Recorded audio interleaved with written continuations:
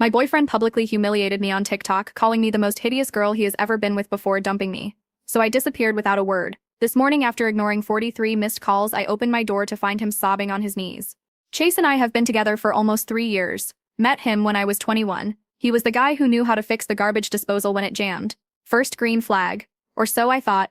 We exchanged Instagrams, started texting, and the rest just kind of happened. Past 3 years have been mostly good. We had our rhythm, you know. Netflix documentaries on Thursdays, his mother's for dinner every other Sunday, camping trips with his friends in the summer. He always remembered my birthday and actually listened when I talked about my day. These days that is practically unicorn behavior. Side note, my last boyfriend before him thought emotional labor was a type of childbirth, so my bar was admittedly on the floor.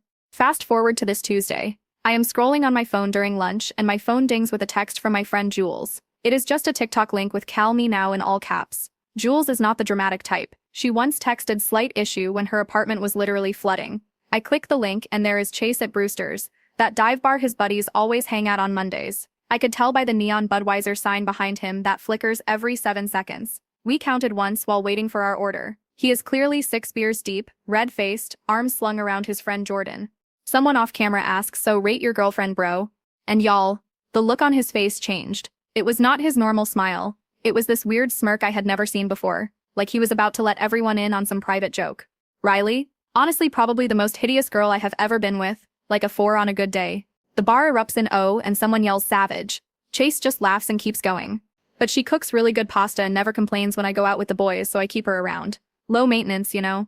Then someone asks if he is worried I will see the video. His response, "Nah, she does not even know what TikTok is. Besides, thinking about upgrading soon anyway. Too much baggage."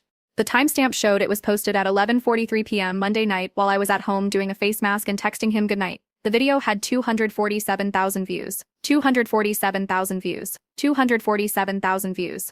I sat there in the break room, just staring at my phone. Did not cry, did not scream, just felt this weird cold feeling spreading through my chest. 3 years together and this is what he actually thinks of me. The night before he had been at my place. We had made dinner together. We had talked about maybe moving in when my lease ends in August. He had kissed me goodbye and said "love you babe" like it was nothing. And apparently 12 hours later I was the hideous girlfriend he was planning to dump. I texted Jules back, "coming over after work. Do not tell anyone." Then I muted all notifications, put my phone in my bag, and somehow made it through 3 more client appointments without completely breaking down. Autopilot is weird like that. After work I did not go home, went straight to Target, bought a cheap duffel bag, filled it with essentials, toothbrush, deodorant, phone charger, couple t-shirts, spent $47.16. The receipt is still in my wallet for some reason. Drove to Jules' apartment complex at 6:13 p.m. Sat in the parking lot for 20 minutes just staring at nothing, playing that video over and over in my head. I kept thinking about all the times Chase told me I looked beautiful. When I dressed up for his company Christmas party, when I was sick with the flu last winter, 3 weeks ago when we were at the beach and I was so self-conscious about wearing a bikini, all lies, or just things you say when you are with someone. Jules did not ask questions when I showed up, just pointed to her couch bed, poured 2 glasses of the cheap rosé we drank in college and said, "What is the plan?" That is when I decided, I am not giving him the satisfaction of a breakup conversation, no tears, no begging, no dramatic confrontation he can tell his bros about later. I am just going to disappear. We spent that night making a checklist. Block Chase on everything. Phone, Instagram, Twitter, change all my passwords. He knew most of them. Call out from work for the rest of the week. Tell only my mom where I really am. By midnight, Chase had texted 7 times. Normal stuff at first. "Hey, what do you want for dinner? And you still coming over tonight?" By morning it was "where are you, and why are you not answering?"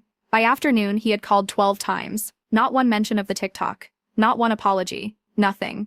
I stayed at Jules's Wednesday and Thursday, binged all of Love Island. Trash TV is surprisingly therapeutic when your life is imploding. Cried in the shower so Jules would not hear.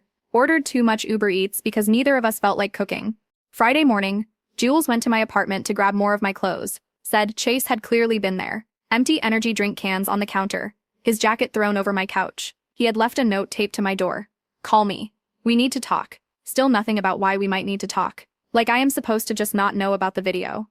The TikTok mysteriously disappeared from his account on Thursday night. Too late though. It had already been screen recorded and was making rounds in our friend group. My phone was blowing up with "are you okay?" Text from people I have not talked to in months. Weekend was a blur of ignoring calls from unknown numbers. Chase using his friends' phones once he realized I had blocked him, and jumping every time someone knocked on Jules's door. Margaret from my old community college group chat sent me screenshots of Chase's Instagram stories. Vague posts about missing someone and biggest mistake of my life with sad song lyrics. Classic damage control. Sunday night, 31 missed calls. Monday morning, 39. I had to feed my cat. My poor cat Winston had been surviving on the automatic feeder I had set up before this disaster, but it was running low. Figured 8 a.m. Tuesday was safe since Chase usually leaves for work at 7:30. I was wrong. I unlocked my door and there he was sitting on my welcome mat. The one he gave me that says home is where the Wi-Fi connects automatically. He looked up when he heard my keys. Y'all, the man was a wreck. Had not shaved, dark circles under his eyes, wearing the same Metallica shirt he had on in his Instagram story from 2 days ago. When he saw me, he literally crumpled. Not in a fake dramatic way. Like his body physically gave out, on his knees, tears immediately streaming, saying my name over and over. Winston, my ancient tabby cat who hates everyone except me, actually hissed at him from the doorway. First time that cat has ever defended me. Riley, please. I am so sorry. I do not know why I said those things. I was drunk. The guys were pressuring me. I never meant any of it. Please just talk to me. I cut him off. I saw what you really think of me. There is nothing to talk about. Stepped around him like he was a piece of furniture. Got my mail. Scooped up Winston, who was still glaring at Chase. Walked back to my car. He followed me to the parking lot, still crying, still begging. Got in my car, locked the doors, drove back to Jules's with Winston meowing indignantly in his carrier the whole way. He called 7 more times before I even made it across town. So that brings us to now. It has been exactly 8 days, 4 hours, and 37 minutes since I saw that video. Since I realized the person I trusted most in the world sees me as a convenient placeholder until something better comes along. I do not know what happens next. Part of me, a small, stupid part, misses him. Misses the routine. Misses believing I was loved. I keep replaying his words from the video. Hideous, upgrade soon. So casual, so cruel. 3 years together, and that is what I am worth. We'll update when there is more to tell. For now, I am just taking it one day at a time. Remember me, the girl whose boyfriend of 3 years called her hideous on TikTok and then had the audacity to act shocked when she disappeared? Yeah, that is still me. Unfortunately. First of all, thank you for all the support on my last post. It has been exactly 17 days since I saw that video and 9 days since Chase showed up crying on my doorstep. Let me tell you, things have gotten weird. So after I left Chase in the parking lot that morning, Tuesday 8:43 a.m. according to my car's timestamp, I drove straight back to Jules' place in full zombie mode. The whole drive my phone kept lighting up with calls. Chase had apparently moved on to using his mother's phone to reach me, which is a special kind of desperate. When I got back to Jules's, I just sat in her kitchen staring at the faded Live Laugh tequila magnet on her fridge. Winston had claimed the sunny spot by the window and was grooming himself like none of this drama affected him. I could not cry anymore. It was like my emotions had finally reached their data limit for the month. Jules came home from her shift around 2 p.m. and found me in the exact same position, still in my coat. She just sighed, handed me a White Claw from the fridge, lime, the superior flavor, and said something that actually made me think. She asked if I had been noticing red flags with Chase all along, but had just been filtering them out. At first, I was defensive. Chase and I had a good relationship. He remembered my birthday. He watched The Bachelor with me even though he hated it. He never complained when my hair clogged the shower drain. The bar is literally in hell these days, and I thought he was clearing it with room to spare. But then Jules started asking specific questions. Did Chase ever make jokes about my appearance before? Well, there was that time he said my favorite jeans made me look kind of wide but in a cute way. And when I got highlights last summer, he asked if the salon meant to make them that brassy. And he did have a weird habit of pointing out celebrities he found attractive. Always the super thin, no makeup types who look nothing like me. Did Chase support my goals? I mean, he said he was proud when I got promoted last year, but also suggested maybe I should not take it because the stress might be too much. When I talked about maybe going back to school someday, he always changed the subject to how expensive it would be. Did Chase have equal standards for our relationship? Thinking about it, not really. If I was 15 minutes late meeting him, I would get a series of increasingly annoyed texts. But he could cancel plans last minute to hang with the boys, and I was supposed to be cool with it. By the time we finished our White Claw, I had this sinking feeling in my stomach. The TikTok was not some bizarre out-of-character moment. It was just the first time I had seen what had been there all along without the filter of wanting to believe we were perfect.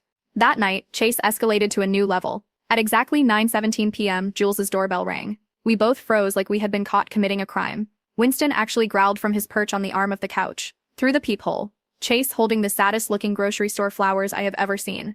Jules went full mama bear mode. She opened the door just enough to block the view inside and told him I was not there. I could hear his voice cracking as he begged her to just let him talk to me for 5 minutes. Said he had not slept in days. Said he had lost 7 pounds. Said he would do anything to fix this.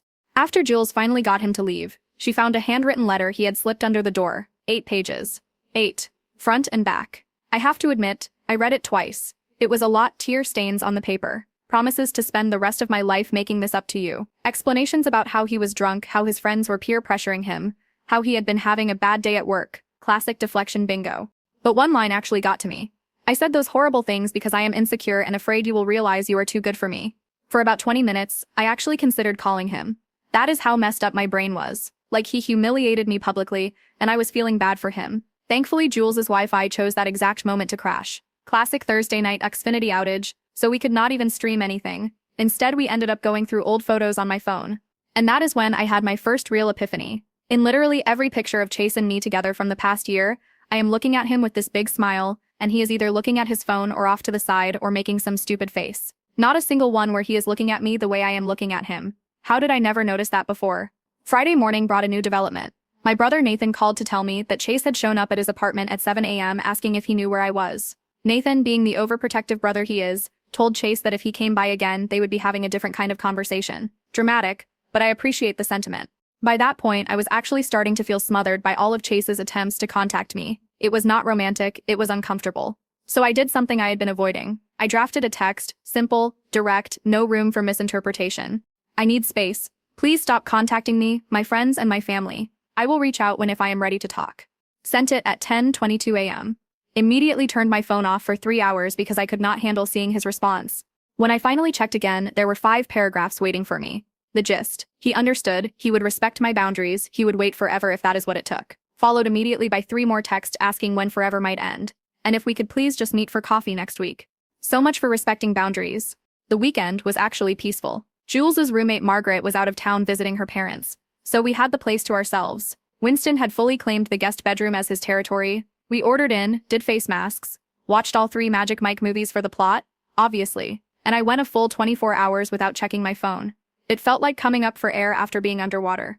Sunday night, though, things took another turn. I was scrolling through Instagram before bed, bad habit, I know, when I saw it. Chase had posted a video. Not just any video. A public apology to me, tagged me in it, and everything. 4 minutes and 27 seconds of him sitting in his car, looking directly at the camera with red-rimmed eyes, telling everyone who saw that horrible TikTok how sorry he was, how much he regrets hurting the most beautiful person inside and out that he has ever known, and how he is learning to be a better man. The comments were a mess. Some people praising him for taking accountability, others calling him out for making my humiliation about him again. His buddy Jordan commenting, "Stay strong, bro." Like Chase was the victim here. I could not sleep after that, kept thinking about how even his apology was public. Even his supposed rock-bottom moment was carefully filmed, probably with multiple takes posted at optimal engagement hours. 8 p.m. on a Sunday. Monday morning I decided I needed to go back to my own apartment. Jules had been amazing, but I could not hide at her place forever. Plus her hot water heater had been acting up all weekend and cold showers in February are not the vibe. Winston seemed ready to go home too, kept pawing at his carrier like he knew. As I was packing up my duffel bag, my phone pinged with a Venmo notification. Chase had sent me $300 with the note for the anniversary dinner we will never have. Our 3-year anniversary would have been next week. I sent it back immediately, then blocked him on Venmo too. The drive back to my apartment felt like going to a job interview. I knew I would bomb. Every red light had me checking my rearview mirror, half expecting to see Chase's car pull up behind me. But my apartment building was Chase-free when I arrived. My neighbor Mrs. Chen nodded at me in the hallway like I had not been gone for over 2 weeks. My plants were all dead. RIP to my supposedly impossible-to-kill snake plant. The air smelled stale and slightly like the Indian takeout I had forgotten in the fridge. It felt both strange and familiar, like putting on jeans that do not quite fit anymore. And then I saw them, post-it notes, everywhere. On my bathroom mirror, "I miss your smile." On my fridge, "Remember our first kiss here." On my TV, "Our Netflix queue misses you." On my bedside table, "I cannot sleep without you." I stood there in shock, slowly realizing what had happened. Chase still had the spare key I had given him last year. He had been in my apartment while I was gone. My skin instantly crawled. I checked all the closets, under the bed, behind the shower curtain, half convinced he might be hiding somewhere. He was not. But the violation of my space felt just as creepy. Winston, meanwhile, was sniffing around suspiciously, his tail puffed up like he could smell the intrusion. I called my landlord immediately and explained the situation. He agreed to change my locks the next morning. Then I systematically went through my apartment, removing every single post-it note and ripping them into tiny pieces. Petty? Maybe. Satisfying? Absolutely. That night was my first one back in my own bed, and I will not lie. It was weird. I kept waking up expecting to feel Chase's weight on the mattress. My brain had not caught up to the reality that we were over. Winston curled up next to me, purring like he knew I needed the comfort. Tuesday morning. Yesterday I was making coffee when someone knocked on my door. My heart stopped for a second before I remembered Chase's key would not work anymore. It was not Chase. It was Jordan. Jordan, who had been in that TikTok video laughing along while Chase called me hideous. Jordan, who I had been friends with before I even met Chase. Jordan, who had apparently come as Chase's ambassador. He looked uncomfortable, shifting from foot to foot in the hallway, started with small talk about the weather. Seriously, before finally getting to the point. Chase was in a really bad place and just wanted 5 minutes to explain himself. I asked Jordan if he remembered laughing in that video. He had the decency to look ashamed, said he was drunk and just going along with the guys. Then hit me with this gem. He did not mean any of it, Riley. You know how guys talk when they are together. I do not want to be with someone who talks like that with his friends, drunk or sober. I do not want to wonder what he says about me when I am not around. I do not want to be with someone who needs a public meltdown and a friendship intervention to realize he values me. I thanked Jordan for coming by, told him I hoped Chase would feel better soon, and closed the door. Last night I went through my phone and unfollowed Chase on every platform we were still connected on, took down the photos of us from my apartment walls, packed up the hoodie he always left at my place and the Xbox controller he used when he came over, put them in a box in my closet, not ready to return them yet but not wanting to see them either. Then I ordered myself dinner from that place Chase always complained was too spicy but that I secretly loved, ate it while watching The Last of Us, which Chase refused to watch because he does not like zombie shows. Used the fancy bath bomb my mom got me for Christmas that I had been saving for a special occasion. Around midnight my phone lit up with a text from a number I did not recognize. It is Chase. Please do not block this number. I just need to know one thing. Did those 3 years mean anything to you? Because they were everything to me. I stared at those words for a long time. 3 years. 3 years of inside jokes and holiday dinners and lazy Sunday mornings. 3 years of building a life I thought we would share forever. And also 3 years of small criticisms dressed as jokes. 3 years of walking on eggshells around his moods. 3 years of making myself smaller to make him comfortable. I did not reply, just added the number to my blocked list and turned off my phone. This morning I woke up and did something I have not done in 2.5 weeks. I made a plan for me, not a reaction to Chase, not a hiding strategy, just a normal day for myself. Winston seemed to approve, weaving between my legs as I got ready.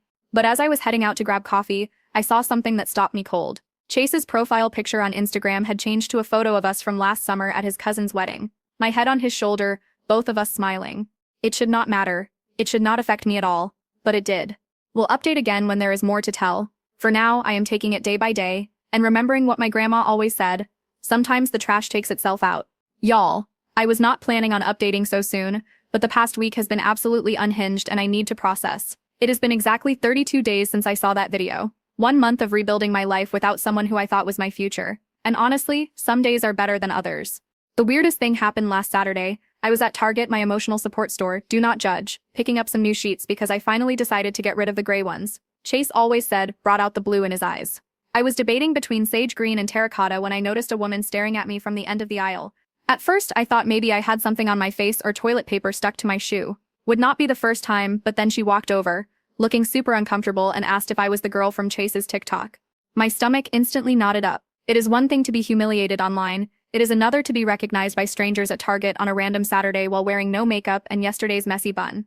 Before I could even respond, she launched into this awkward apology, saying she had been one of the people who commented something mean on the original video but felt terrible after seeing Chase's public apology and realized how wrong cyberbullying is. Her exact words. I just stood there clutching my terracotta sheets. Decision made by panic, apparently, while this stranger had her character development moment in the home goods section. When she finally stopped talking, I managed to say thanks. It is fine, good talk, and speed walk to checkout. Sat in my car for 20 minutes afterward with the AC blasting even though it was only 62 degrees outside. That is when it hit me. I am not just Riley anymore. To some people, I am the girl from the TikTok. My humiliation has become my identifier. And that realization made me angry in a way I had not felt before. Not sad angry like I had been for weeks. Pure, energizing, get stuff done, angry. Sunday morning I woke up at 6:13 a.m. Could not sleep, made a list in my notes app. Cut my hair. Always wanted to try a law but Chase liked it long. Join that kickboxing class Jules keeps talking about. Finally apply for that certificate program I have been putting off. Redecorate my bedroom. No more masculine-friendly color scheme. Download a dating app. By 11 a.m. I had already crossed off number 1, walked into Supercuts without an appointment, living dangerously, and chopped off 7 inches of hair. The stylist kept asking if I was sure, if I needed more time to think about it, if someone had talked me into it. Told her nope, just needed a change. She did not need to know I was mentally naming each snip of the scissors after something Chase had said to me over the years. You would look better with more defined eyebrows. Snip. No guy wants a girl who eats more than him. Snip. Your laugh is kind of loud sometimes. Snip. When she spun me around to see the final result, I barely recognized myself, in a good way. My neck felt lighter. My head felt lighter. Hell, my whole being felt lighter. Even Winston seemed to approve when I got home, rubbing against my legs more than usual. Posted a selfie on Instagram when I got home. Just me with my new hair, sunlight from my kitchen window, and the caption "New Month, New Me." Within an hour it had 112 likes, including from Jordan and 2 of Chase's other friends. Petty satisfaction? Maybe. But I will take the small wins. Monday brought item number 2 on my list. Dragged myself to Jules' kickboxing studio at an ungodly hour, convinced I would make a fool of myself. The instructor, Margaret, coincidentally the same name as Jules's roommate, kept us moving so fast I did not have time to feel self-conscious. By the end I was drenched in sweat and my arms felt like overcooked spaghetti, but also strangely powerful. Checked my phone after class to find 3 missed calls from unknown numbers, Chase's new burner phone tactic, and 1 text from Jordan asking if we could talk sometime. Left him on read. Not ready for that conversation yet. Tuesday I finally tackled item number 3 and applied for that digital marketing certificate. I have been considering for ages. Chase always said it was a waste of money since I already have a stable job. Took me 43 minutes to fill out the application. Another 20 to write the short personal statement and about 3 seconds to hit submit before I could overthink it. Had a mini panic attack immediately after, wondering if I was making a huge mistake. Called my mom, who talked me down in her usual way. Half encouragement, half "I do not understand why you are complicating your life, but I support you anyway." Wednesday was when things got absolutely insane. I was at the grocery store when my phone started blowing up with texts from Jules. "Call me now. Chase is on Instagram Live. He is talking about you. It is bad." I abandoned my cart in the middle of the cereal aisle. Sorry, underpaid grocery store workers, and ran to my car to watch the train wreck. Sure enough, there was Chase. Clearly drunk at 2 p.m. on a Wednesday. Red-faced and slurring. Talking directly to the camera about how he had lost the love of his life and did not know how to go on. The comments were rolling in fast. Mostly people telling him to get help or turn off the live, but he just kept going, reading some comments aloud and ignoring others. Then he said something that made my blood freeze. "I know she is watching this, Riley. I am coming over tonight. We need to talk this out. I am not taking no for an answer anymore." I immediately called Jules in full panic mode. She offered to come stay with me, but I ended up calling my brother Nathan instead. He is closer to my apartment and frankly more intimidating if Chase actually showed up. Nathan arrived at 5:30 p.m. with his girlfriend Tanya and enough overnight stuff for a week. Told me not to argue. They were staying until this dude gets the message. Made himself at home on my couch, connected his Nintendo Switch to my TV, and proceeded to act like this was all totally normal. Winston immediately claimed Tanya's lap. The traitor. By 8 p.m. I had almost convinced myself Chase's threat was just drunk talk. By 9 p.m. I was starting to relax. By 9:47 p.m. the doorbell rang. Nathan answered while Tanya and I stood back. I could hear Chase's voice, slurred and emotional, demanding to see me. Nathan's responses were low and calm. I could not make out the words, but the tone was clear. After about 5 minutes, I heard my door close. Nathan came back looking annoyed but calm. Said Chase had finally left after Nathan convinced him this was not a good time. Understatement of the year. Also mentioned that Chase looked rough and smelled like he had bathed in Jack Daniels. I slept terribly that night, jumping at every sound outside my window. Winston stayed curled up next to me, purring like he knew I needed the comfort. Kept thinking about how different things were just 5 weeks ago, when I still believed Chase was the one, when I still thought I knew him. Thursday morning, I woke up to a text from a number I did not recognize. "This is Chase's mom. I am worried about him and do not know what to do. He will not eat, barely sleeps, lost his job yesterday for showing up drunk. I know you do not owe him anything, but please call me." Talk about emotional manipulation. She had always done this, treated Chase like he could not possibly handle consequences. Swooping in to fix everything. One of many red flags I had ignored. I showed the text to Nathan, who advised ignoring it, but something about it bothered me all day. Not guilt exactly, but a nagging feeling that this situation was spiraling beyond what I had intended. Around 3 p.m. I decided to text her back. "I am sorry Chase is struggling, but I am not responsible for his choices or his healing. Please encourage him to get professional help." She responded immediately. "He made a mistake. Everyone deserves forgiveness." I did not reply. Some mistakes change how you see a person forever. That evening, something unexpected happened. I was scrolling through TikTok, glutton for punishment. I know when I saw a video from someone I did not follow. It was one of those storytime TikToks and the caption made my heart stop. When your friend humiliates his girlfriend on TikTok and you finally call him out for being toxic. It was Chris, one of Chase's longtime friends. The guy who was literally in the original video laughing along. In the video, Chris explained how he had been complicit in Chase's toxic behavior for years. Not just with me, but with previous girlfriends too. How the friend group had a pattern of encouraging Chase's worst impulses. How the TikTok incident had been a wake-up call for him personally. He ended with Riley, "If you see this, I am sorry. We all failed you, and Chase, man. Get help. This is not about winning her back. This is about becoming someone who would never hurt her in the first place." I watched it 7 times. Sent it to Jules, who responded with "holy shit" and nothing else for a full 10 minutes. Then Chris DM'd me on Instagram. "Hey. Hope that did not make things worse. Just could not stay silent anymore. No pressure to respond." I sat with that for a while, appreciated that he did not expect a response. Finally wrote back, "Thanks for speaking up. Better late than never."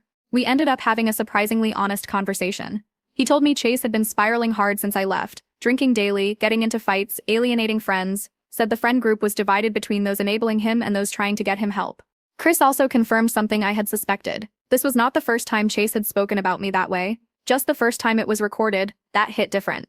Knowing it was not a one-time drunk mistake but a pattern, a true reflection of how he saw me when I was not around. Friday, yesterday, marked exactly 1 month since I walked away. I decided to celebrate my Independence Day by tackling the final item on my list, downloading a dating app. Not because I am ready to date, God knows, but because I wanted to remind myself that Chase is not the only option in the universe, that there is a whole world of people who might appreciate me without secretly tearing me down. Setting up my profile felt weirdly vulnerable, choosing photos where I actually liked how I looked, writing a bio that was authentically me, not curated to appeal to one specific person's preferences, like stretching muscles I had forgotten I had. I had just finished setting up my profile when my phone rang. Another unknown number. I almost declined it automatically, assuming it was Chase with yet another burner phone. But something made me answer. It was not Chase. It was Jordan.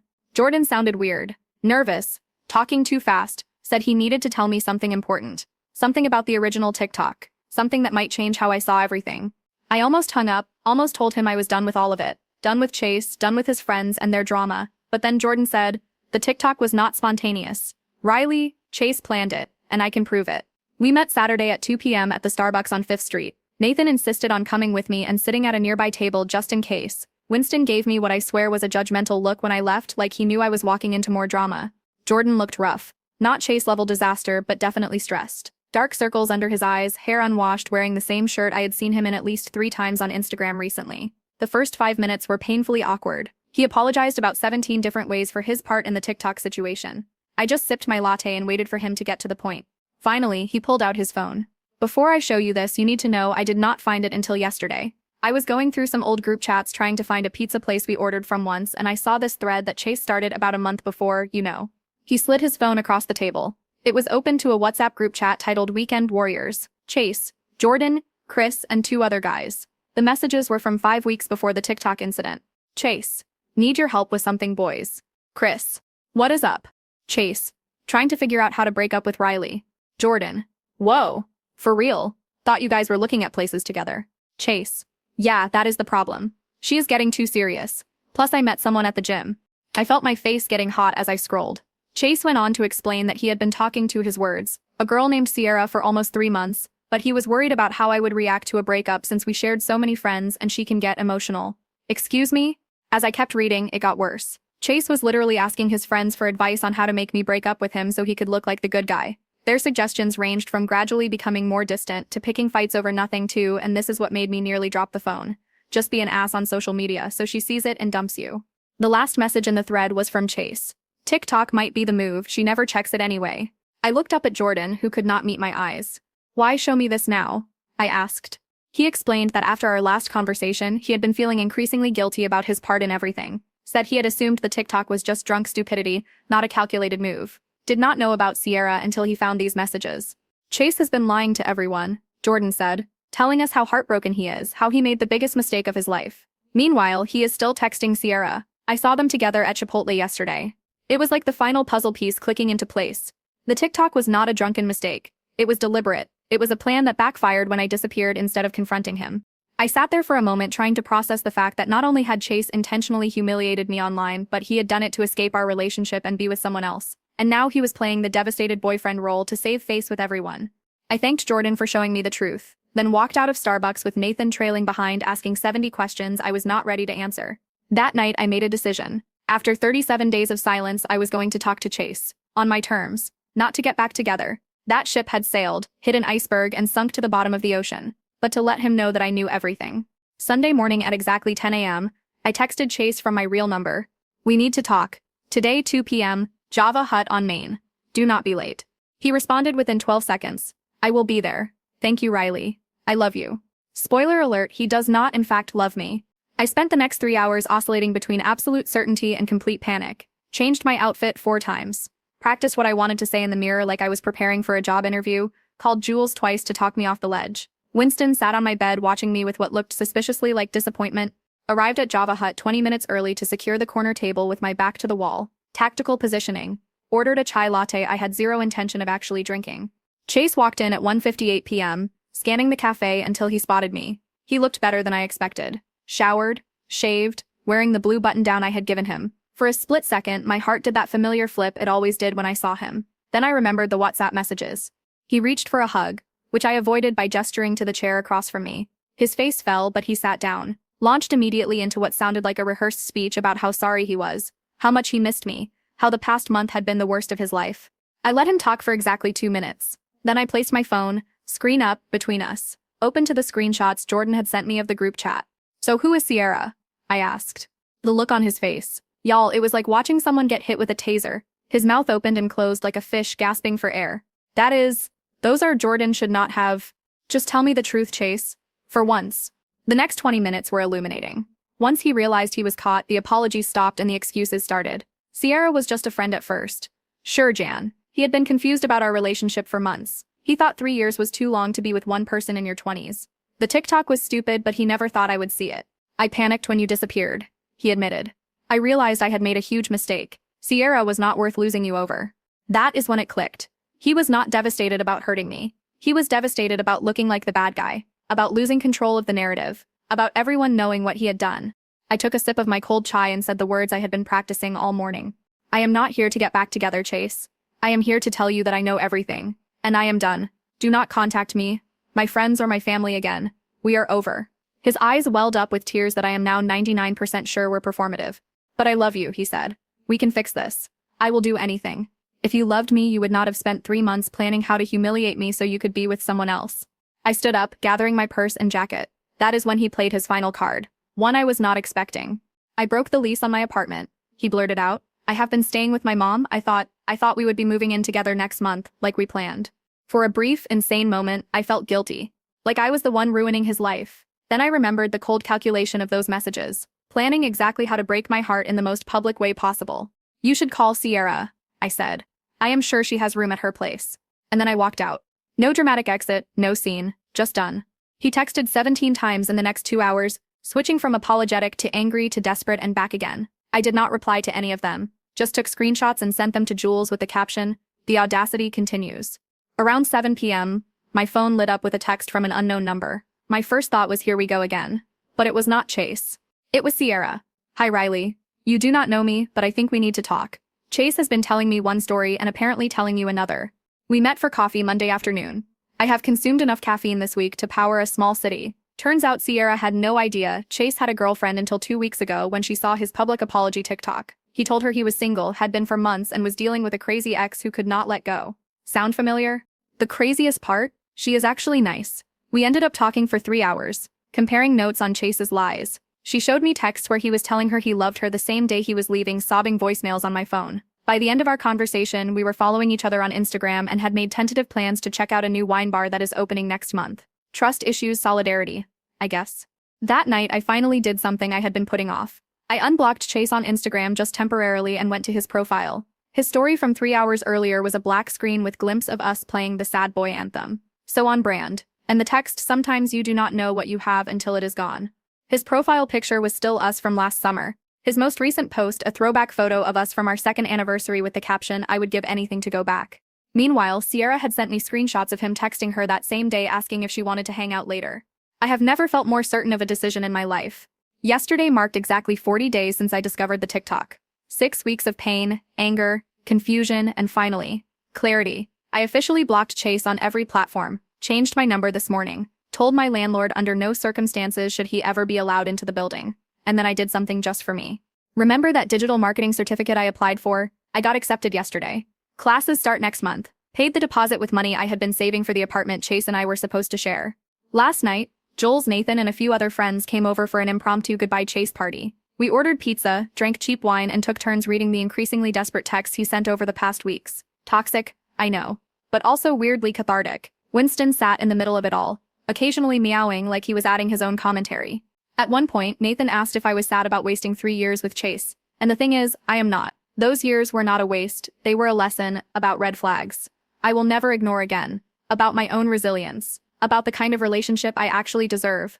This morning, I woke up to 17 notifications, all from different numbers. All Chase. The last one, sent at 3:47 a.m., was just my name repeated 23 times. But here is the thing. I also woke up to a message from someone on that dating app I downloaded. Just a simple, "Hey, love your bio. Would you want to grab coffee sometime?" Nothing special, nothing profound. But it reminded me that there is a whole world beyond Chase and his drama. So I guess this is the end of this saga, or maybe not. Because at 11:43 a.m., exactly 1 minute ago, my doorbell rang. Jules is at work, Nathan is across town, and through the peephole I can see flowers, expensive ones this time, and behind them someone I was not expecting. It is Sierra. And she is crying.